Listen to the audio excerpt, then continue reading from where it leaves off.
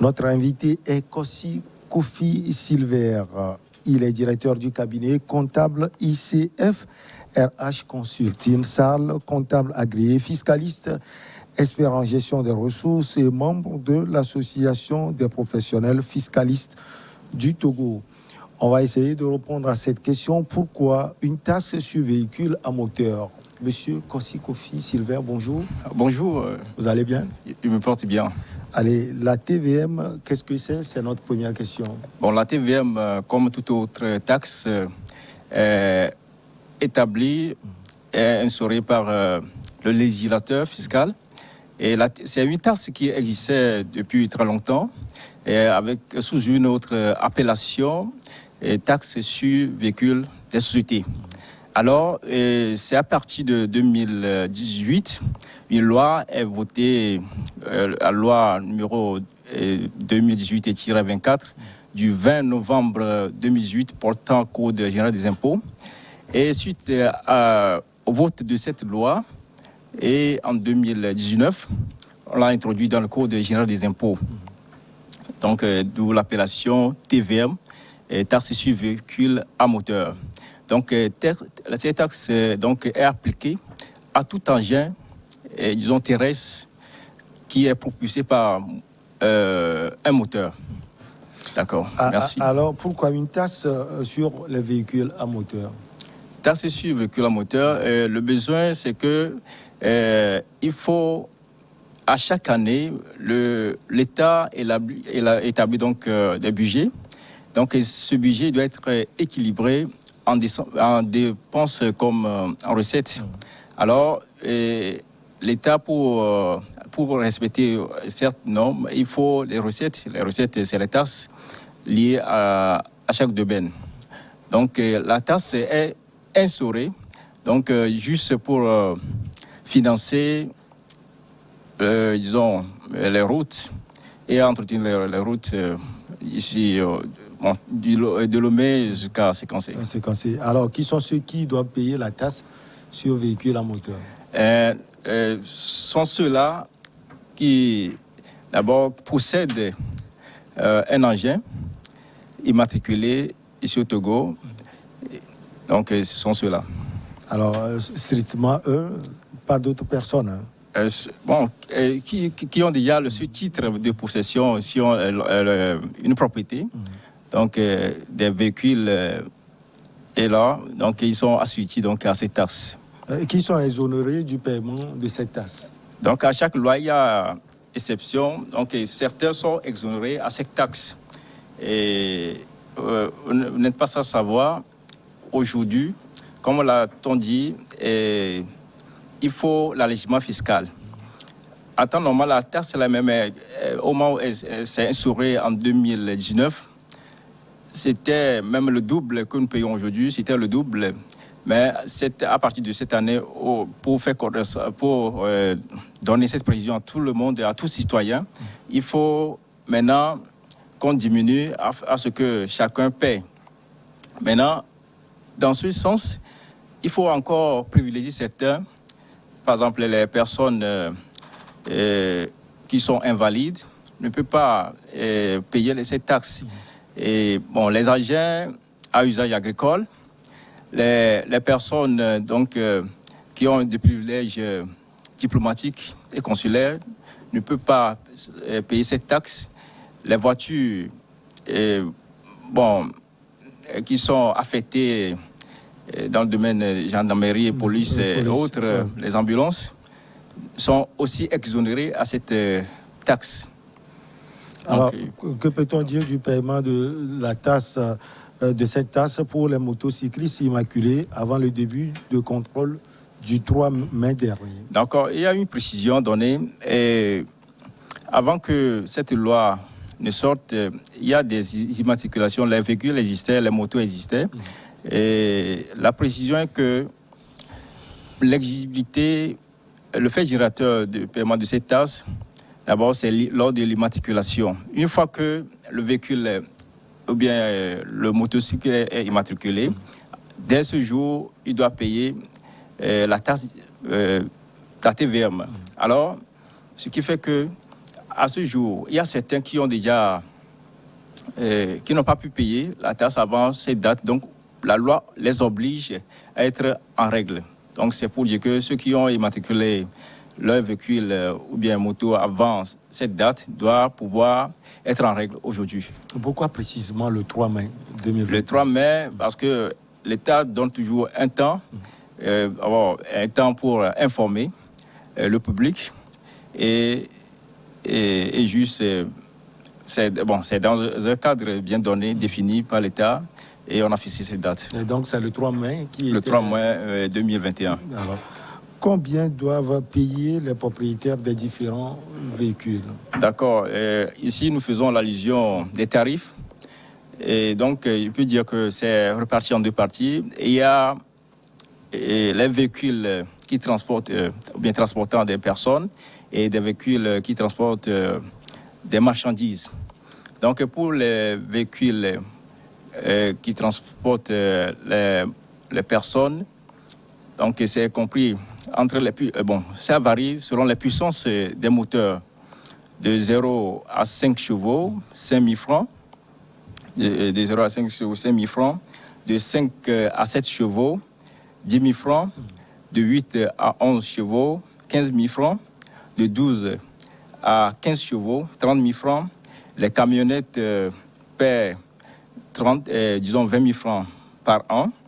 Autocars et autobus paient également 30 000 francs par an. Alors, et ces différents montants sont choisis par rapport à quoi précisément? Elles sont choisies, vous n'êtes pas sans savoir. Je l'avais dit tantôt qu'au moment où la loi a été, votée, c'était plus élevé que ça. Donc, il faut voir le quotidien de du Togolais. Est-ce qu'ils peuvent subvenir à ça? Ils peuvent vraiment faire face à ces taxes. Donc, on l'a fixé juste pour que tout le monde arrive à payer. Donc, c'est moins que ça. Est-ce qu'en ces temps de Covid-19, on tient compte des réalités actuelles? Oui, on tient vraiment compte de ces réalités. En quoi faisant? Oui, et la réalité, je l'ai tantôt dit, parce que s'il faut obliger, et un propriétaire de voiture ou bien d'automobile à payer les taxes, donc on sait qu'aujourd'hui, il faut d'abord connaître l'urgence. Parce qu'on dit très souvent, on périt faute de connaissances, a-t-on souvent dit. Et quelle est l'utilité? Il faut faire comprendre, aux contribuables, à tout citoyen, l'utilité de cette taxe. C'est pour financer l'entretien des routes et faire mieux que ça. Et vous allez voir un exemple que je donne très souvent. Et il y a de cela 10 ans, celui-là qui a quitté le Togo, s'il revient aujourd'hui, il va avoir une grande différence parce que les routes sont améliorées. Donc, l'État veut de plus en plus que ces routes soient améliorées. Donc, il faut que les citoyens connaissent cela et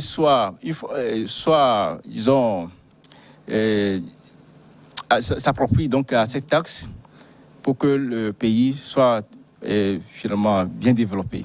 Oui, il y a des infrastructures, on peut le souligner, mais est-ce qu'on entretient véritablement cela? Est-ce que ceux qui paient les taxes ont véritablement le sentiment que leurs sous permettent d'entretenir véritablement les routes? Je pense que c'est la première expérience que au moins cette année, tout le monde adhère.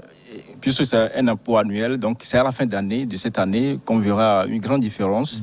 Et je pense que le législateur qui a mis ça en place fera l'effort pour que cela soit bien utilisé. Avant le bilan de fin d'année, comme vous le dites, quelles sont les difficultés que vous rencontrez? Est-ce que certains transporteurs fuient ce paiement, passent par d'autres routes? Quelles sont ces difficultés?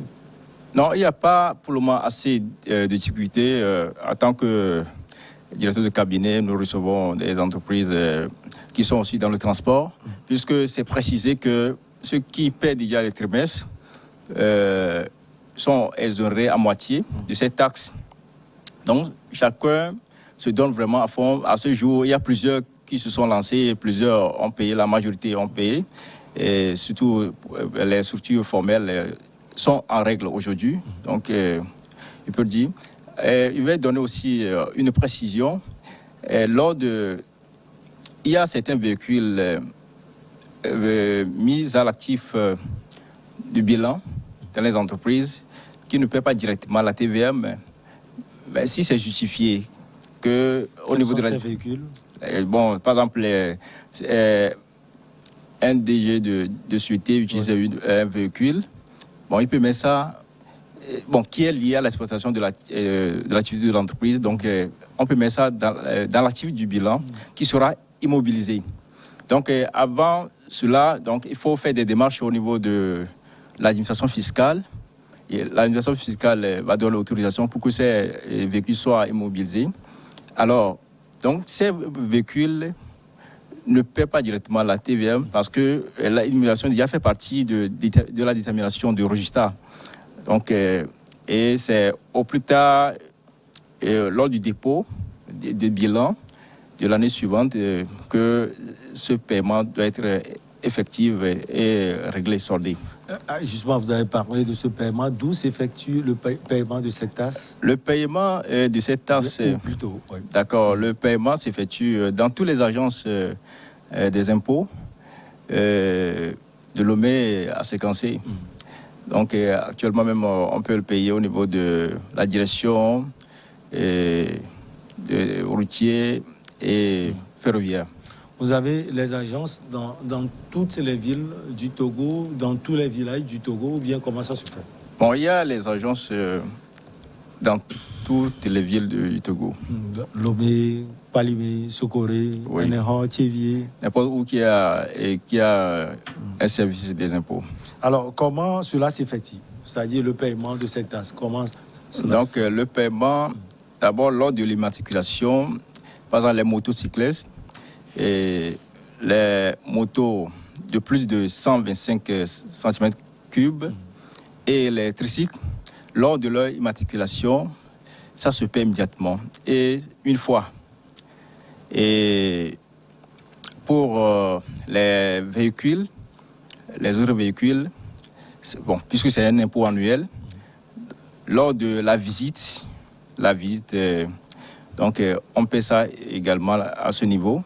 À part l'OTR, donc on peut payer immédiatement lors de la visite. On va exiger à ce que ce paiement soit effectif.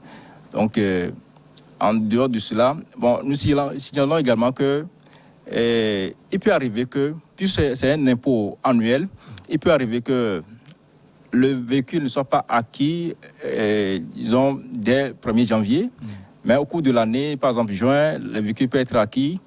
Alors, la loi a aussi aidé à ce que, au lieu de payer, si je prends l'exemple, un véhicule de 5 chevaux, au lieu de payer les 5 000 francs, la loi dit non, qui va vous aider? Donc, on va payer la période restante. C'est-à-dire que le paiement se fera par prorata. D'accord? Si je paie ma voiture, ou bien j'immatricule ma voiture à partir de juin d'une année, donc je paie la moitié, et ainsi de suite. Comment se fait l'affectation budgétaire de cette taxe? D'accord. Et ça, c'est ça le point.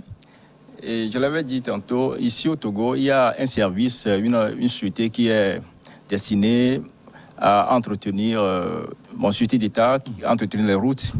Alors, la grande partie de cette recette est affectée à cette sûreté. 85% de ces recettes est affectée à SAFER. 10% pour le budget de l'État et 5% pour l'OTR, pour donc couvrir les dépenses de recouvrement. Et pourquoi SAFER prend la plus grande partie? 85%, c'est énorme. D'accord. C'est le but même de la création de cette taxe, parce que et aussi c'est le service là qui est destiné à entretenir les routes, à financer donc les routes. Donc il faut que les fonds lui soient destinés pour des bons usages. Alors, on sait qu'il Bon, on peut reconnaître qu'il y a des routes au Togo, mais on doit aussi reconnaître qu'il n'y en a pas également. Qu'est-ce que ça fait, compte faire dans le futur? Oui, justement, c'est le besoin. Parce que avant de décider à faire quelque chose, il faut avoir un objectif précis. Il y a le besoin, il faut définir un objectif pour l'atteindre. Donc, c'est pourquoi il faut essayer de collecter, de rassembler donc ces fonds pour que les jours à venir, on puisse mieux faire. Parce qu'aujourd'hui, on dit qu'il y a l'amélioration, mais il y a encore d'autres à faire. Donc, il faut très tôt pour que cela change les années à venir. Donc, je pense que c'est le cas. Ben, vous avez tellement d'étiquettes, un directeur de cabinet, comptable ICF RH, Consulting Salle, comptable agréé, fiscaliste, expert en gestion des ressources et membre de l'association des professionnels fiscalistes du Togo. Vous Oui. seul, comment vous faites tout ce boulot? Oui, parce que, vous savez, on ne peut pas faire la comptabilité sans la fiscalité. On ne peut ni pas être gestionnaire des ressources humaines sans maîtriser la fiscalité. Donc c'est pourquoi nous sommes vraiment donnés à fond pour maîtriser ces domaines-là. Tous les domaines? Oui, tous les domaines. Et vous formez aussi les jeunes? C'est notre métier. Comment le travail se fait? Le cabinet, je l'avais dit, le cabinet est installé, ça fait des années. Et donc nous recrutons donc les collaborateurs, les bons collaborateurs, les étudiants ayant un diplôme de licence master qui travaillent pour le cabinet. Donc, juste après la formation, un temps donné, donc il peut s'y trouver mieux ailleurs et ils partent. À tout moment, on renouvelle l'effectif. Alors, l'association des professionnels fiscalistes du Togo, qu'est-ce qu'elle fait concrètement? Parce on entend la fiscalité, mais qu'est-ce que vous faites précisément? Notre rôle premier, aujourd'hui, il y a beaucoup de citoyens qui sont vraiment ignorants sur leurs devoirs. Parce qu'avant qu'un pays ne se développe, il faut les impôts, il faut les taxes. Alors, notre rôle premier, c'est d'aider les contribuables, les citoyens, à payer l'impôt juste. D'abord, nous-mêmes, à connaître vraiment et à définir les droits et devoirs de tout et à les sensibiliser à payer l'impôt juste. Donc, à chaque moment, on se rencontre pour mieux réfléchir et discuter avec le législateur pour l'allègement, certains allègements. Nous proposons également certains tests aux législateurs. Puisque nous sommes sur le terrain, nous voyons, nous attendons le besoin des contribuables et des citoyens. Donc, nous le proposons. Et vraiment, je vous assure qu'ils en prennent compte, le législateur en prend compte et ça aide tout le monde. Nous sommes presque au terme de notre entretien. Vous avez sans doute un dernier mot à souligner, M. Kofi Kossi Silver. Le dernier mot, tout d'abord, c'est vous remercier de m'avoir invité sur ce plateau. Et je tiens à remercier aussi tous les téléspectateurs. Et je crois qu'avec le temps, puisque c'est notre domaine, le cabinet a mis en place beaucoup de systèmes pour sensibiliser la population. Parce que l'autre fois, il faisait la formation à un endroit, quelque part. J'ai remarqué sur la fiscalité, le thème sur la fiscalité locale. Donc, il y a plusieurs taxes, impôts que la commune doit collecter. Pour l'usage, pour le développement de chaque localité. Donc, il y a la commune qui ne sont pas du tout sensibilisées et aussi la population qui ne sont pas du tout sensibilisées. Nous avions mis en place un système dans un laps de temps, sensibiliser tout le Togo pour que tout le monde, sur chaque tasse, que tout le monde adhère à cela. Parce que l'OTM même qui collecte ne peut pas aller demander, mais il faut au moins des agents extérieurs ou bien externes à l'administration fiscale ayant vraiment la connaissance dans le domaine pour motiver la population à faire ce travail. Donc c'est ça qu'on a commencé et il faut que aussi le gouvernement aide ce plateau, ces chaînes de télévision, et vraiment à inviter les agents dans ce domaine pour sensibiliser donc la population, parce que sans cela, il n'y aura pas le développement. J'ai encore une question sur la taxe, en parlant justement de la taxe sur le véhicule à moteur. Quel est le rôle que doit jouer la commune? C'est seulement la sensibilisation? La sensibilisation, c'est ça qui compte. Donc, pour la commune? La commune, bon, puisque la taxe, cela n'est pas du tout décidé, ça ne fait pas partie des impôts locaux, oui. D'accord? Mais toutefois, après avoir collecté, il faut que la population voie le fruit. Le fruit, parce qu'on demande le but précis, c'est l'amélioration des routes. Donc, une année, 2 ans, la population paie cette taxe et ne voit pas un changement, c'est grave. Donc, il faut que la commune aussi fasse de son devoir pour que tout soit bien fait. Merci infini à vous, Monsieur Kossi Kofi Silver. Vous êtes le directeur du cabinet comptable ICFRH Consulting SARL, comptable agréé, fiscaliste, expert en gestion des ressources et membre de l'association des professionnels fiscalistes du Togo. On va marquer donc la pause pour le journal et on revient après pour Regard croisé.